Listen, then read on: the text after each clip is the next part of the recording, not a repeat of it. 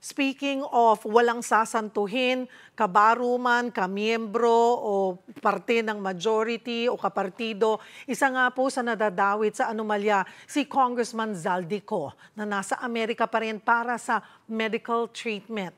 Mismo nang si Congressman Sandro Marcos ay nagsabi, kaalyado niya to, nasa majority, na kailangan na siyang umuwi rin para din dahil talagang nahihila niya ang imahe ng Kamara. So ano po ba ang mga paraan para mapauwi siya, para harapin po itong mga aligasyon na ito? Meron nga ba?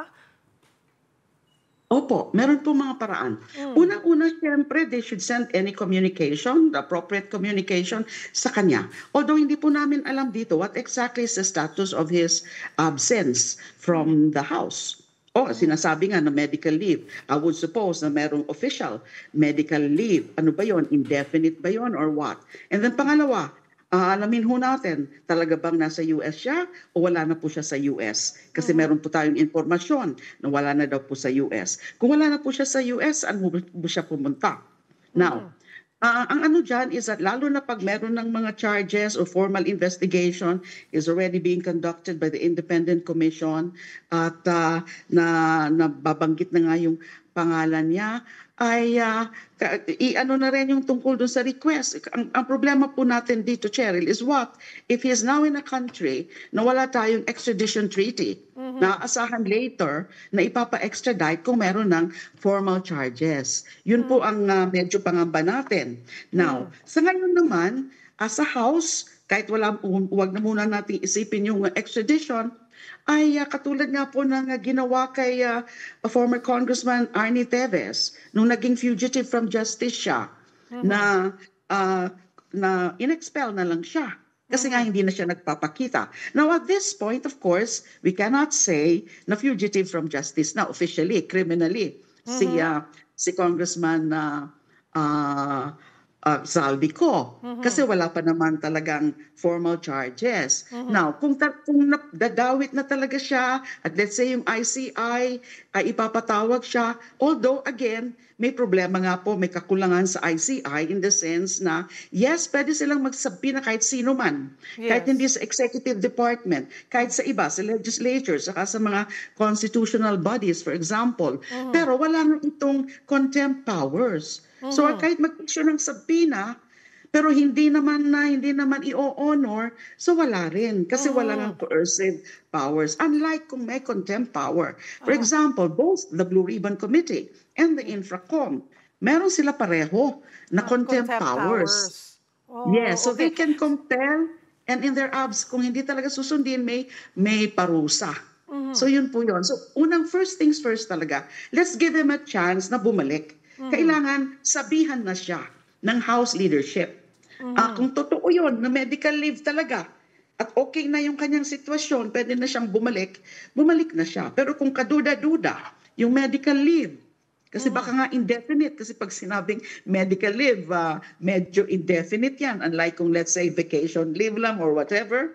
And what is certain is hindi naman yun yung leave na let's say mag-attend ng isang event. An official event. I don't think so. Kasi otherwise, nakabalik na siya ngayon. So that is on everybody's mind. Nasaan siya at bakit hindi siya bumabalik? And then, may balak ba siyang bumalik? Hindi pwedeng hindi siya bumalik. Lalong masisira ang administrasyon. Lalo talagang drag din si former Speaker Martin Romualdez kasi nga is an ally, is a close ally.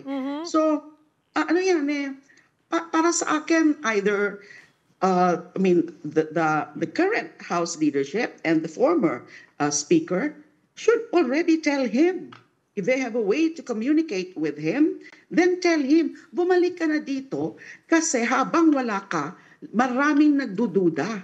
Maraming lumalala ang mga iniisip, mas grabe na ngayon mga iniisip ng mga tao, and we cannot blame them if they are getting very angry. Kasi siyang susi. Isa siya. Hindi ko sinasabing siya lang ang susi. Pero isa siya sa pinaka-importante, mahalagang susi, core. He's a core player in this whole thing, in his capacity as the former chairperson of the APRO committee. Sa inyo po sa minority, is this something po na tingin nyo ipag-uusapan at hihilingin or i-pressure ang bagong upong House Speaker about the situation of Zaldico? At least man lang, wala po kasi tayong update, nothing. We don't know kung ano Exactly. Opo.